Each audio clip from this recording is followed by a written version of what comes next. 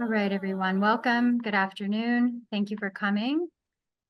My name is Taylor Dudley, and on behalf of our team at the UCLA Pritzker Center, we join all of you in solidarity as we come together for Los Angeles and for the children and families who make their home here.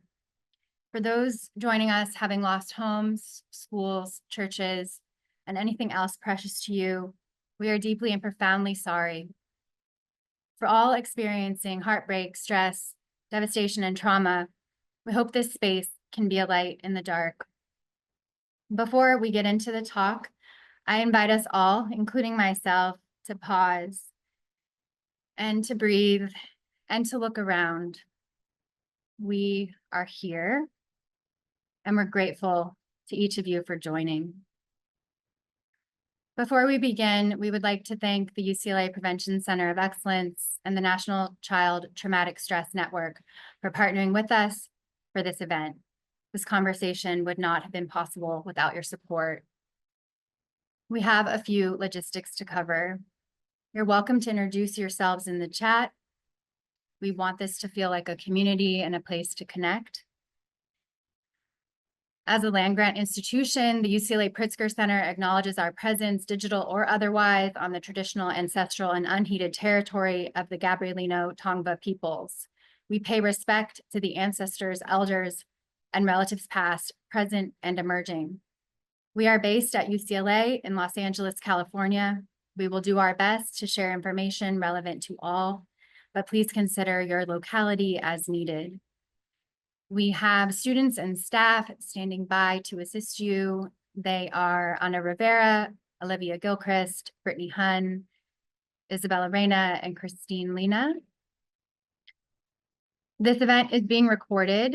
It will be shared on our social media accounts at UCLA Pritzker and on the DMH UCLA Wellbeing for LA Learning Center. Regarding questions, please use the Q&A function. Our students are standing by to help get them to Dr. Brymer. And that concludes our logistics. I am honored to introduce our speaker, Dr. Melissa Brymer. Dr. Brymer is the Director of Terrorism and Disaster Programs at the UCLA-Duke National Center for Child Traumatic Stress and an expert on how children deal with stress following disasters. Dr. Brymer studies how to best offer psychological assistance in the aftermath of disasters. Dr. Brymer, the floor is yours.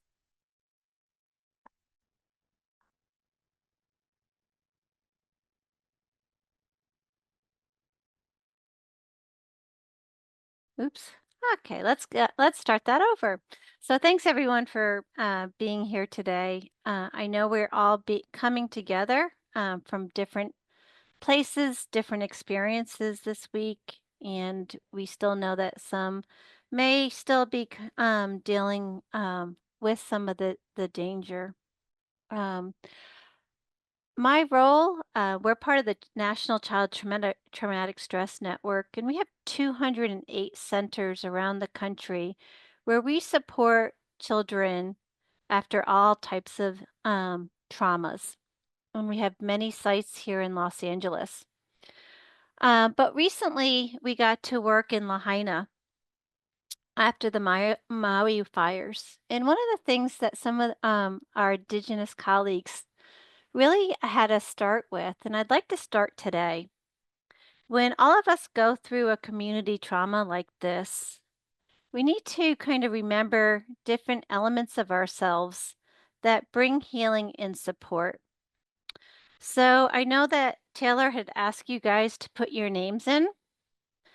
I'd also ask you to put in the chat, not just your name and your organization, but as you think about yourself, what strength do you have within you that you have been having to tap into yourself during this week? So even if you've already done your intros, I'd love for you guys to first put in what's that inner strength that we've all been called to bring out, whether it's that strength for yourself, that strength for your family. And I'm just going to pause for a second. I love it. Faith, compassion, growth mindset, gratitude, level-headed, collective care, laughter, calm, empathy. Ah, this is so wonderful to see. The second that those that I worked with in Hawaii in the indigenous, when we are in this kind of collective event, community means many things for us. Community could be where we grew up. The community could be that school, that synagogue, that church, or where we worship. So when we think about how do we collectively support, what's that community that's being called for you right now? And put that into the chat. Community is so many levels for all of us. So when I say community, what's that piece that you've been drawing on to? And add that in.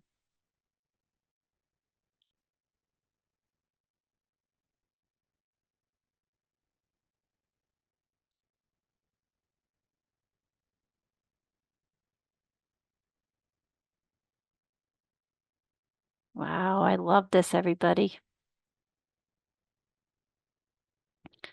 Church, faith, synagogue, friends, neighbors, my school, my mom group,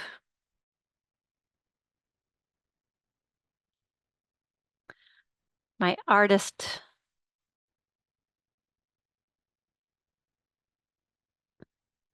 my kids' school. Fantastic. The last piece, when we think about those pieces that we're needing to anchor,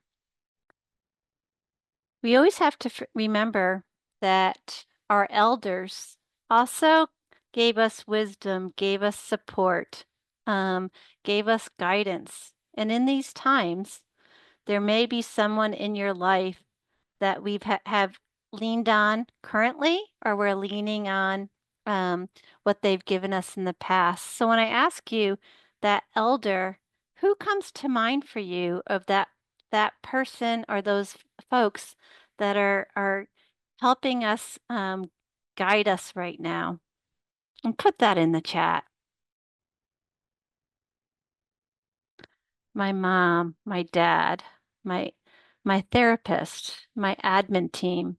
Oh, Aunt Rosie. We all have those aunts in our lives.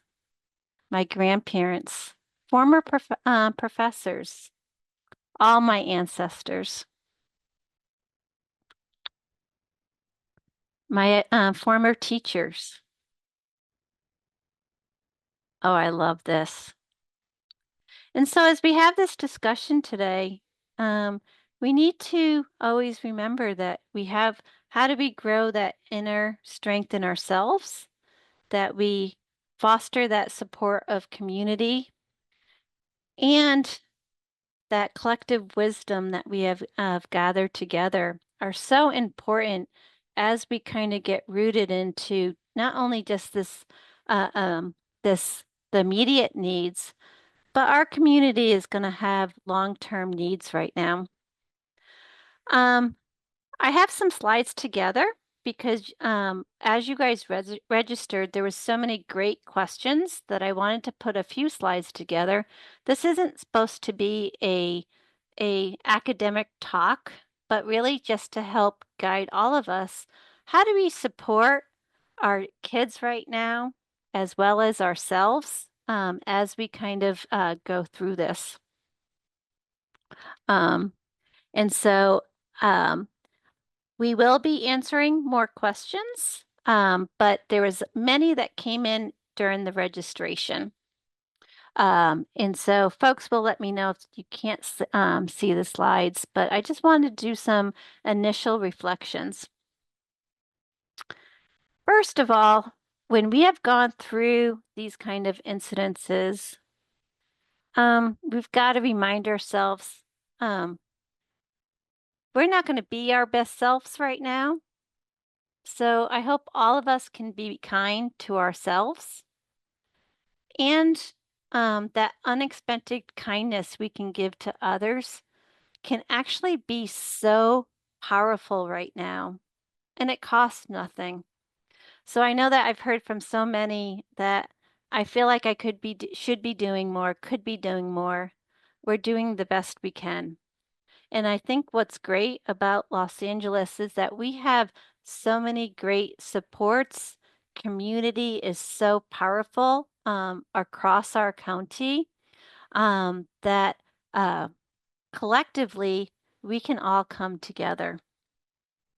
And so some of the things that questions that came up while you guys were registering is there was a lot of different questions about um, what about our kids? How do I talk to my kids? What are those things that I should be looking at? Um, my colleague is going to start putting some resources in the chat. The Pritzker Foundation can also send them out. There were questions, do we have resources in Spanish? Yes, we do. So we will be sharing resources in English as well as some resources in Spanish as well. And we do know that many of our families speak many different languages, and we really will make sure that we try to um, expand those resources for all the different languages that we know our LA family speak. So first of all, there are different reactions that kids experience when they experience a wildfire. And so some of these, and you already probably are seeing it now, that kids are going to have an increased worry about their safety and the safety of those that they care about, their family and their loved ones. And so the more we can help them understand what's happening, each family is in a different place. So if you're in the area of the county or your families are in an area of the county that the fires are not near, we continually have to reinforce to kids that, yes, they are safe here right now. Especially with wildfires, when the winds change or when we still see kind of ash sometimes in the air, kids are going to have an increased worry of like, are we safe? What's going on? So that reassurance is needed. It's also okay for both parents and educators to say that you know where to go for alerts, where to get updates, and that there's things that are being communicated so that you can always make sure that we're talking about that safety. Kids are going to worry about another wildfire or when the winds pick up. Um, it's really important that we give them that support. We acknowledge, yeah, we just went through a really difficult experience here. Um, and there are alerts and there are procedures that we're going to make sure that we follow them and that we take care of you.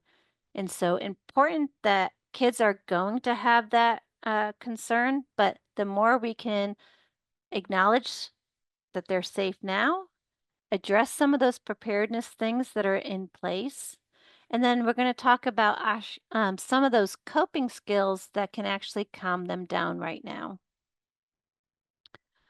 Kids, especially younger kids, you might actually be hearing them feel guilty about their actions. We know kids didn't cause this event, but sometimes they will personalize it. If I had only woke up on time that morning, um, we wouldn't have been in harm's way. or if I just listened and didn't want my favorite teddy bear. We need to remind kids that they are not responsible for what happened. Um, Comfort them as these things come up. But we know our adolescents, they're going to need a lot more conversation than that. They're going to want to talk about things like how what's being done in in the investigation. They might have um, want to talk about climate change and some of these types of issues.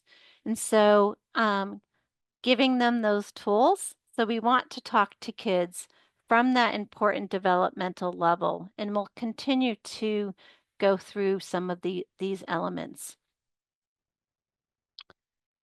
Kids, we will see some behavioral changes. Many of these changes will be temporary.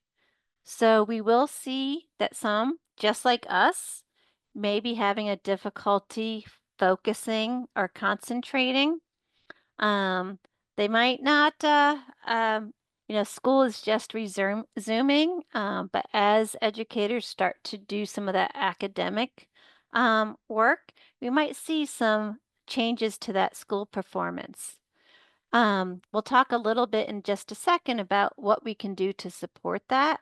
Um, but for most of our kids, some of this attention and concentration will be temporary. One of the questions I did hear see is that sleep issues are something that's coming up right now. Because some of the fires and that the conditions got worse overnight, kids like adults, we are gonna be a little bit more anxious at night. So part of some of our guidance is that we might have to have temporary changes in sleep arrangements. So kids might want to sleep with their siblings, or they actually might want to sleep in the same room as their parents. That temporary change right now, when things have been so tough, even adolescents may not want to sleep by themselves right now.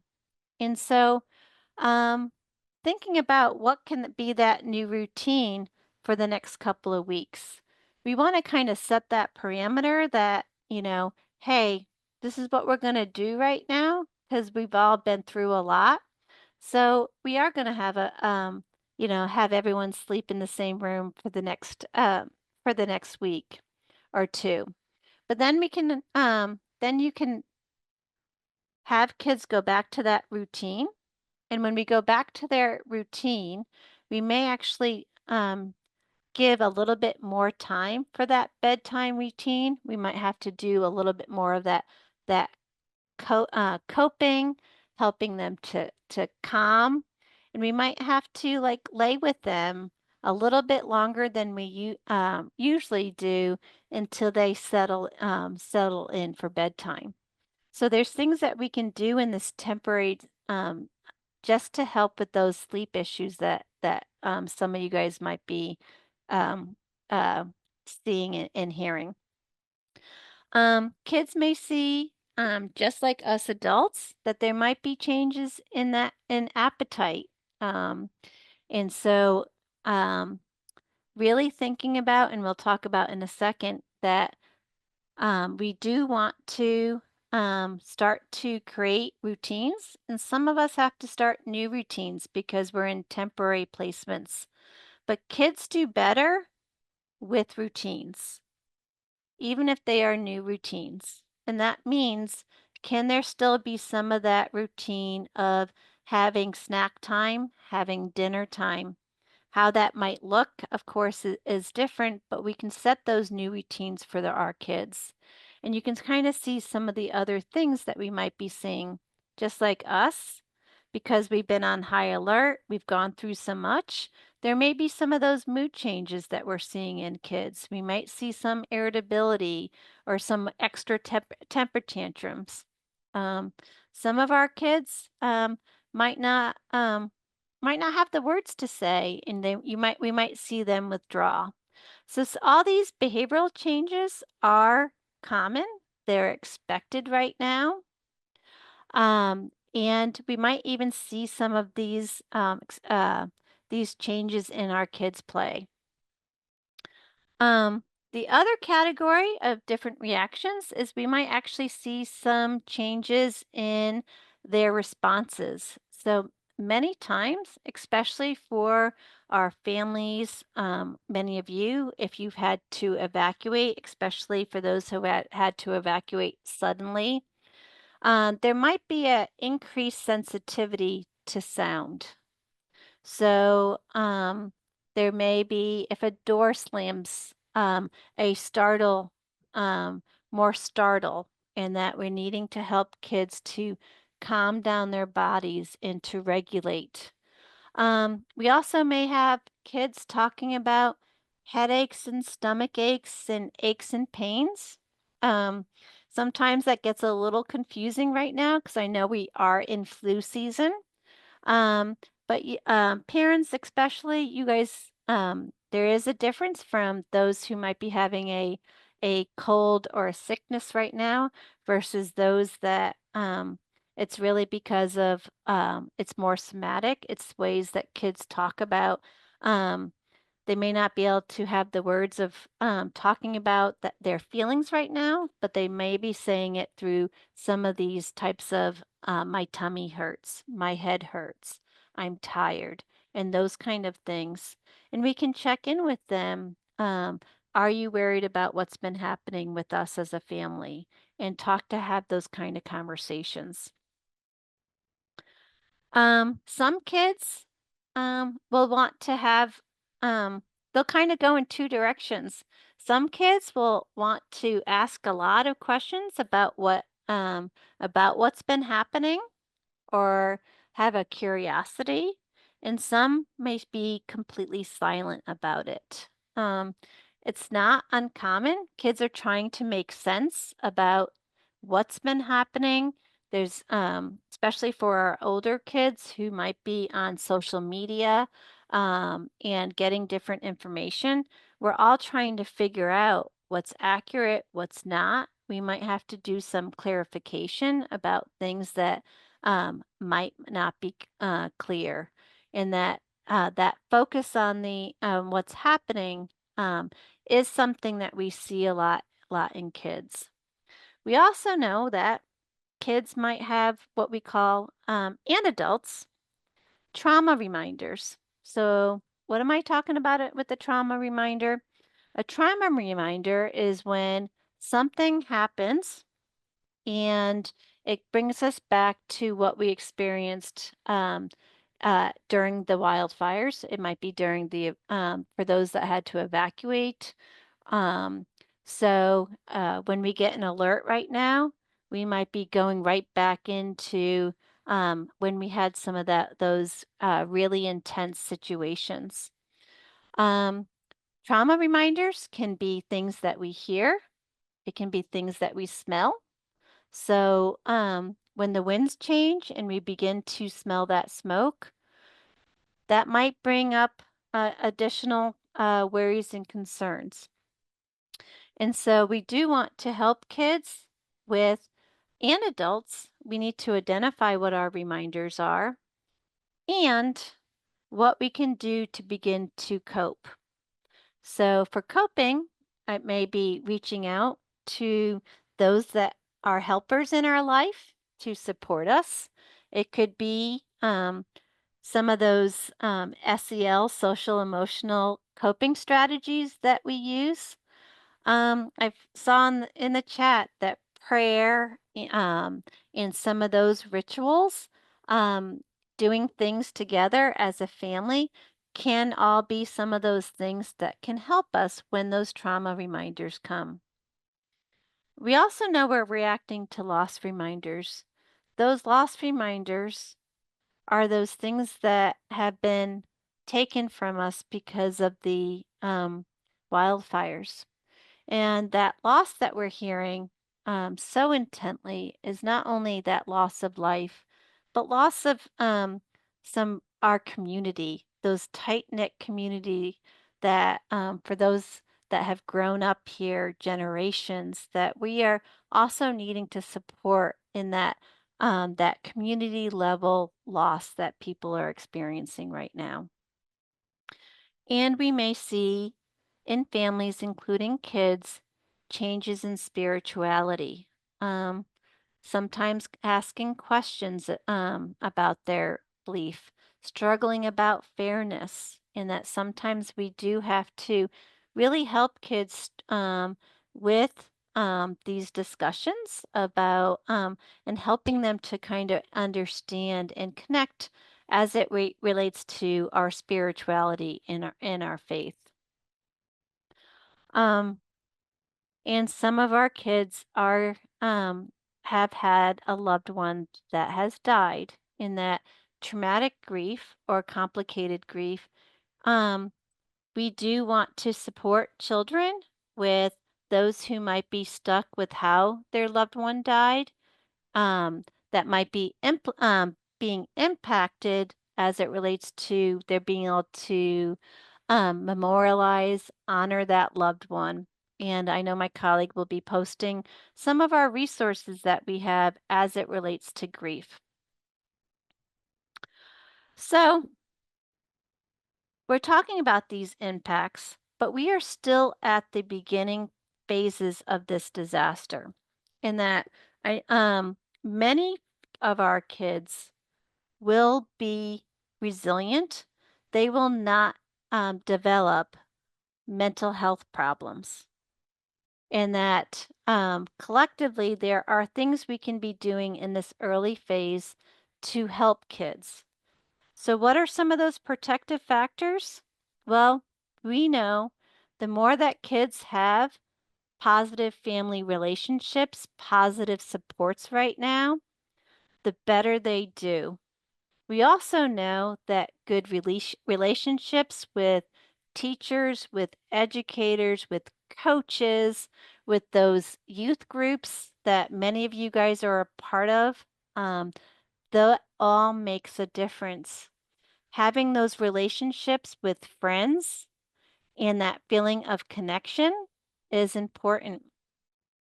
I know there's been pause on some of those school activities, but getting back to, especially when it's safe to, some of those school or community activities do make a difference for our kids, and getting them connected to that. We also know that LA, many of you educators out there have been talking about and have been teaching and providing support on great coping or social emotional regulation, those social skills, those coping skills. This is the time to reinforce those skills. um, I don't know about you, but like I've had to remind myself of those coping skills that I need to do for myself. We also have to do that for our kids right now. And we also have to highlight that we all need to be accepting of help. Us adults, not all of us are good at wanting to ask for help, but we all need to ask for it. And we also have to, for those of us who may not have been as impacted, be patient enough to wait for folks to, sometimes they may not need us right now, and that's okay. We can always just say, we are here for you when you need us. Other things that can help is that media and social media exposure, although it's really, really been helpful and frankly a lifeline for us, we are starting to merge into a phase that we've got to think about how much video media viewing we're doing, especially if you're in areas of the county that is no longer in that danger zone. Um, we have to think about making sure we get updates on what's going on, but we also have to conscientiously decide to turn things off right now because too much media viewing for adults there's great literature that shows that keeps us in distress. We also know that the better that adults are doing in a kid's life, kids do better. So, what can we do to conscientiously and decide I'm going to get updates on the top of the hour on these hours? And then what am I going to do to one, take care of myself as well as make sure that I'm doing some of those family routines that make a difference? Um, it's okay for kids to be told, like, take that break. So when homework starts up again, um, let them know that because, sometimes concentration and attention aren't there, our kids might have to do their homework in chunks. They might have to do it for a certain period of time and then take that break. Same with us adults. We have to reassure them that we are here for them and all the helpers in their life are here for them. There are some kids that have had missed developmental milestones. There might have been their birthday that got disrupted. How do we kind of help to still create those opportunities? There might be sports teams that kids were involved with that might be disrupted. Our seniors, we're right in this place where for those that seniors decided or are deciding which pathways they want. We've got to give them reassurance as they're for those that are decided to go the college route. Decision day is coming around the corner. How do we provide them extra support during this time period when so much is going on for them? So there's ways that we can help kids through their different developmental milestones. And getting back to some of that routine, even if it's modified, does give reassurance to kids and really does help them in this time.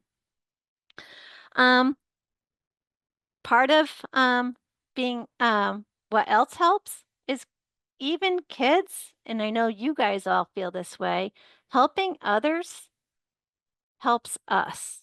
So even the youngest of kids can send expressions of gratitudes, can make cards, can be a part of these activities.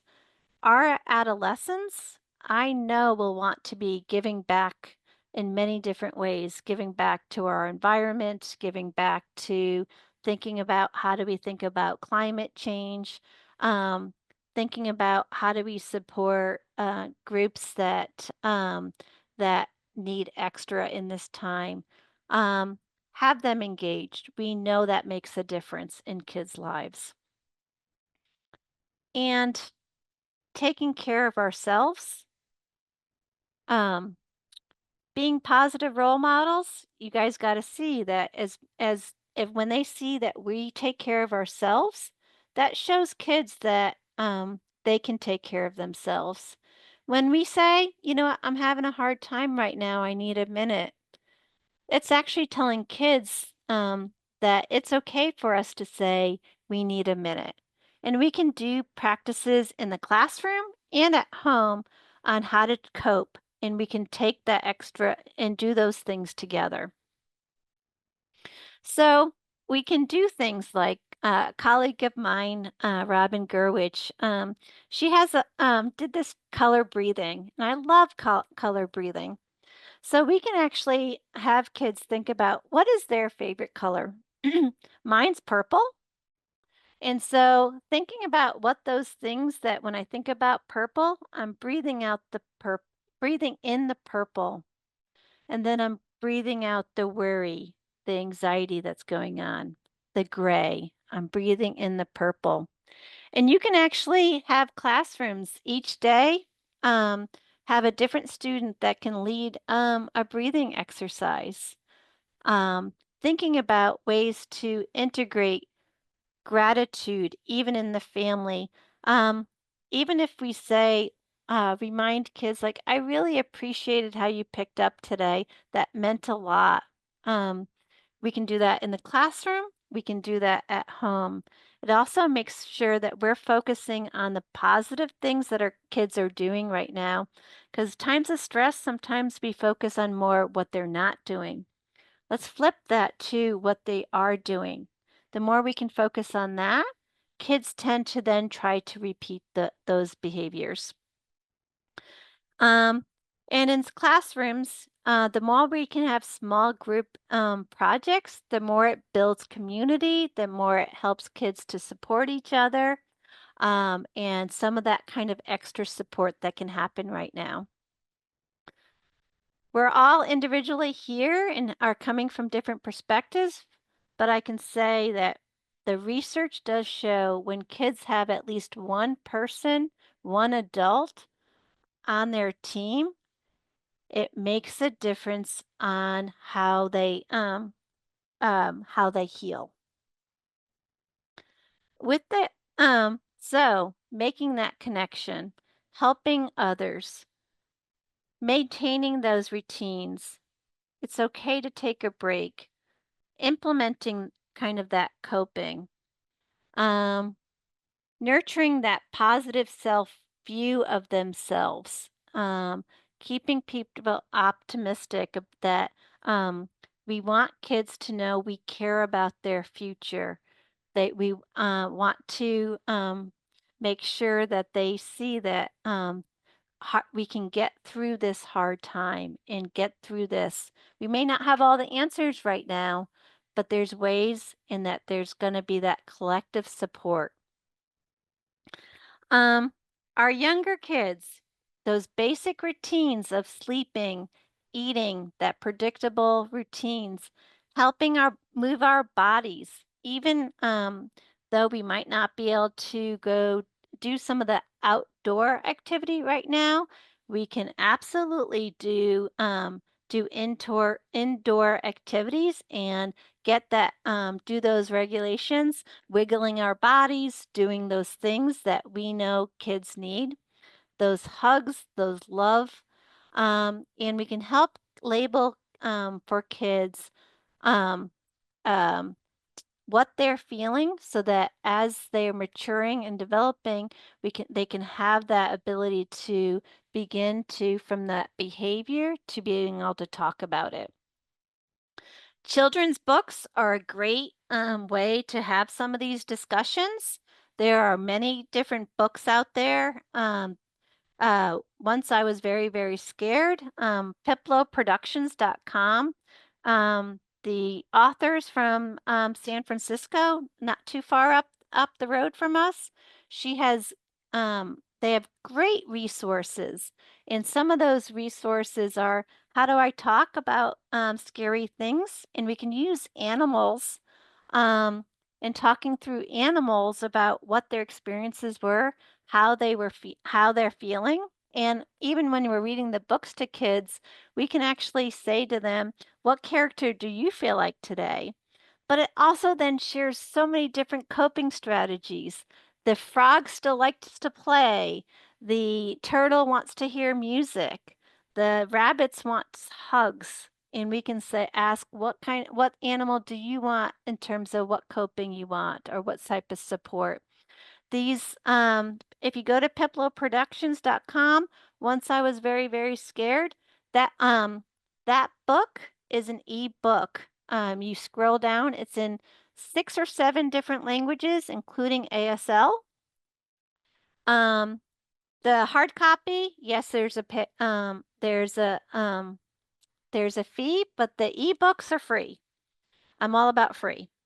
There are also other books. If for some of our families, if you were separated from your child when the events happened, there are books that talk about that separation, or kids that explain that might have anxiety. Let me give you a hint. On the first of every month, all of their books, their ebooks, are free. So put it on your calendar for February 1st. Download all of them. Have them in your little library. So if your kids need it, then you can have them. So the first of every month, once I was very, very scared is always available. first of the month, the rest of them are available. We also wrote a book, Trinket and Sam. Again, it's an ebook. It's in several different languages. It's a book that, yes, I helped to create with my colleague from Piplo Productions that talks about how do we talk to kids about um, what they just experienced. And using characters is one of those ways. And so our poor little mice that will show what they went through. It will show kind of some of their reactions, but it also shows how healing can start. And at the end of the book, there's a parent's guide to help to explain why we're seeing some of these reactions. And so it's a great way. They're black and white ebooks so that kids can color as you're having this conversation. Sesame Street in the community. Go back to our has wonderful resources and great supports. I do want to make sure I leave some time for questions. Sometimes, as parents and as educators, we may underestimate kids' symptoms. If we don't talk about it, we could miss things. So we do recommend that we do check in with kids. There were questions, should I tell them what happened? Or do they know? They've heard adult conversations. We want to have it from a developmental level. So younger kids don't need the details that we give to the adolescents. For younger kids, we want to first reinforce that we're safe right now, that there was a fire, um, that it has created sadness and anxiety, and let them follow up with questions. Younger kids are going to they're going to have the conversation in short spurts. Um, Adolescents, summer adolescents will be talking to us, and some may avoid talking to adults because they don't want to be a burden. And so us adults need to take the initiative of checking in. Um, Recommend don't do that check-in at bedtime. Bedtime is that time that we want that rest and comfort. Think about a different time during the day that's not at bedtime. I do want to really highlight that just because we're seeing distress in our kids right now doesn't mean psychotherapy. We have all been through a lot and we're still going through a lot. So distress is appropriate. So giving that support, giving that is really what we're wanting to do. And we're really wanting to give those basic types of ensuring that safety, giving some clarity of what's going on, helping them with that basic comfort, making sure we're getting folks those basic needs. There will be some kids are going to need treatments.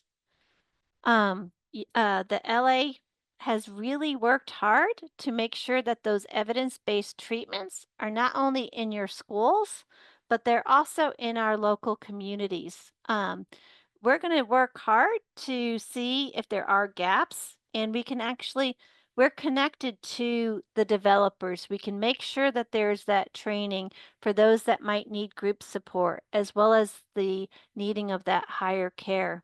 But I can tell you there are many providers here in Los Angeles that have the skill sets for both trauma and grief treatment for children and for families. We haven't been able to say that in a lot of other in all of our communities that we've responded to. So let me just jump to really quick. Um, I think it's important that as we are doing this, we've got to make sure that we're taking care of ourselves. And I know it's been hard. I'm not saying I'm doing the best job myself, but there's ways that we can really think about our well-being right now. So a couple of us created during the pandemic the PRN. And so we took PRN from the medical model so that when you go to the doctor and you have a health issue, you might be told that you need to take a medicine as needed. So we kind of spun that around for well-being. So our pause is, all we're asking is check in with your bodies, take a breath, check in with your bodies, check in with your mind, and check in with your feeling state. And that we're wanting to check in each of these audit.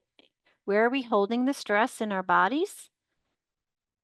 Where cognitively is our mind cluttered with worries and with everything that's going on? And are there intense feelings right now? That reset is what are those things I can be doing throughout the day so I can get myself rebalanced if I had a hard conversation or I got reminded by something or I just need to calm myself or steady. What are those moments that I can be doing and kids can be, we can have kids do this too. If we're at home right now, petting our dog, taking a moment to do something with my family, meditation, look on our phone for that favorite photo. Sometimes we have to acknowledge, as I started, that we have to think about this leaf that's in this water right now and remind ourselves we are doing the best we can right now and let go of things that might not have been done as good as we usually do. Um, Gratitude, affirmation, funny memes, getting that support from others, that self-compassion is so critical for us. We're not going to be that best parent right now. We're not going to be that best provider or educator, but no one's expecting us to be. And when we have those times, how do we nourish ourselves? Have those family moments of play, remind us of those value systems that carry us forward, those small victories that we're having as a family and as a school or an educator. We need to celebrate our victories. And with that, I am going to stop the national network. We have tons of resources from the nctsn.org. We have lots of stuff we're posting on social media. We have, for those who are wanting to learn more about psychological first aid and some of the other interventions, we have e-learning courses that are all for free. Um, and I know that there's other resources that we're going to populate. So I'm going to stop and Taylor, I have not been looking at everything, so I know you're going to guide me with questions. Thank you so much, Dr. Brymer. I'll thank Dr. Brymer for her presentation. Very grateful. We just have a couple of questions. The first one is in relationship to two of the really catastrophic events happening in LA, the pandemic, and now the wildfires. And just wondering if you can speak to the impact that those compounded experiences can have on one another. Absolutely. We're hearing from so many that when I was talking about those trauma reminders, some of the reminders that kids and adults are talking about are compounded because of COVID. So people are saying that having the masks on are reminding them of like what we went through during COVID. And we do have to acknowledge that those reminders are happening. Um, we also have to maybe also um, highlight a wildfire is different than a pandemic. The how long we have to have the masks on is not going to be as long. Um, I can't tell you right now about air quality, but I can tell you from my different wildfire experiences, it is short term. Kids are gonna get to play. Kids are kind of jumping to, will I never see my friends again like I didn't in COVID. We have to highlight differences. There are kids that might have had to move to new communities and are missing their friends right now. Is there ways that we can actually learn from COVID? Can we have some of these Zoom play dates or having utilizing texting or social media or having play dates with kids right now because they're missing their friends. Can we help them to have those connections right now, especially for those kids that have moved away? So there's things that we do have to acknowledge that are different, but we also learned a little bit about what some of those things that absolutely could reconnect us to. Thank you so much. Our next question is, are trauma reminders and triggers the same thing? If not, what is the difference? Um, they are the same thing. Sometimes um, uh, um, I've been kind of going back to using the word reminders a little bit because some of us, especially for areas that have had community violence, the word trigger, and you've experienced a violent event, might become a reminder. So I'm always sensitive about the words that we're using, and that some of our community members, um, they've gone through this wildfire, but they've also might have gone through other types of traumas. So I'm always trying to be thoughtful or sensitive of what words um, that might unintentionally cause harm and we're not wanting to. So I've kind of leaned towards the word reminder just to be careful about that.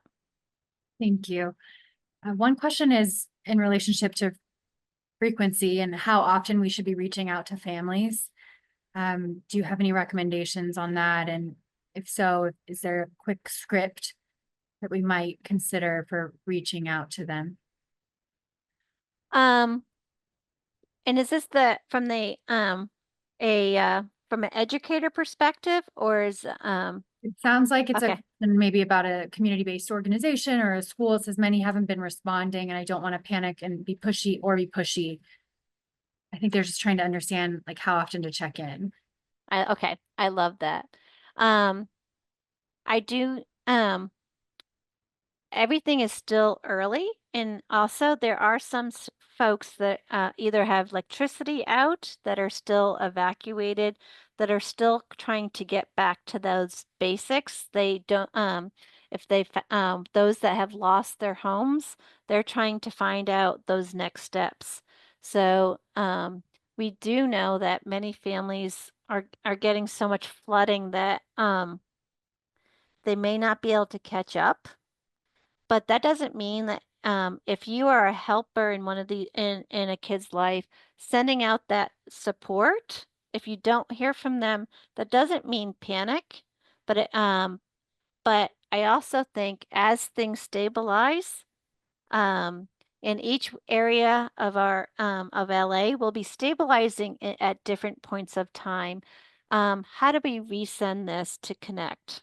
Um, when you um, sometimes if you know somebody intimately and you know that they've had damage to their home, sometimes when we say, "How can I help?"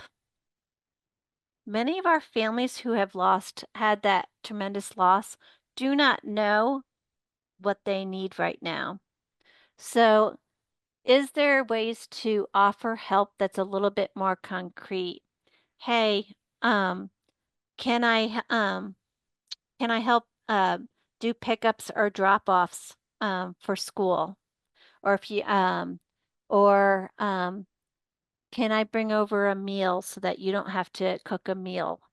Think about those ways and especially some of those things that might be practically needed for them that you could offer. Sometimes a specific is something easier for someone who has lost everything to respond to versus a general, how can I help?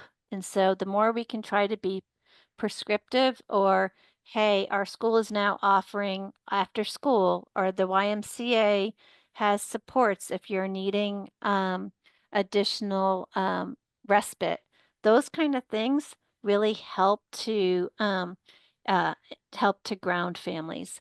There's not a one size fits all, but don't give up saying we're here for people if you didn't hear from them this week.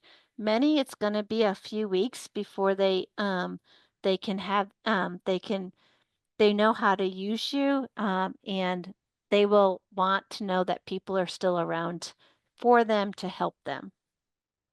Thank you, Dr. Brymer. Just perhaps one last question with just 2 minutes left is in relationship to if a child wants to see their house post-fire and they know it is burned down, how would you approach this? Awesome. Christine, I'm going to have her post a resource that we have on this topic that goes through this guidance. Right now, that resource is in English, but we are actively working on getting it into Spanish. I apologize, it's not ready this second, but there really are guidance of what to think about, including as adults going there first yourself. Um, there's it's heavy for kids. You will know your parents will know their kids the best. They may be showing pictures, they may be talking about it before going.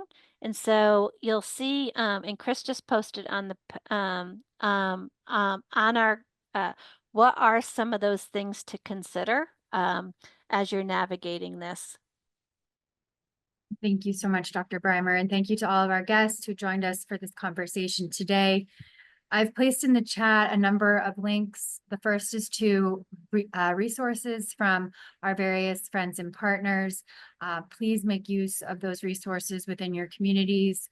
There's also an event tonight regarding the immediate and long-term considerations for families and individuals returning to homes within the vicinity of the fires. So this talk will be addressing air quality and other climate-related questions. Professor Suzanne Paulson from UCLA will be there, among others. That link is also in the chat. We're also collecting books for children who've lost everything in the fire. We have a link that I placed in the chat, and you can also contact us for more if you'd like to donate used books or drop them off at UCLA. And lastly, as we go forward as a community, we want to be an ongoing source of support. Please tell us in the feedback form how we can do that. And I will again place that link into the chat.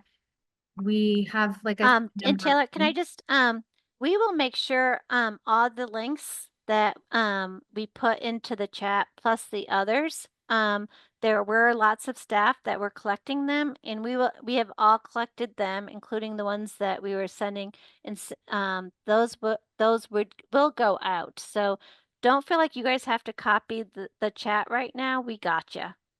Absolutely. I'm reiterating that we will send out a follow-up email with all of the resources. We will also send the video. We will send everything that we can to be of support. Please email us if we've missed you or you feel like we didn't get the information to you, and we'll be happy to respond. We once again want to thank Dr. Brymer for being with us today. And we again share our just tremendous gratitude with our community for showing up so strong for our kids across Los Angeles. We stand with you and we want to continue to be a resource. Reach out. We are here. Thank you, everybody. We're thinking of you. Take care.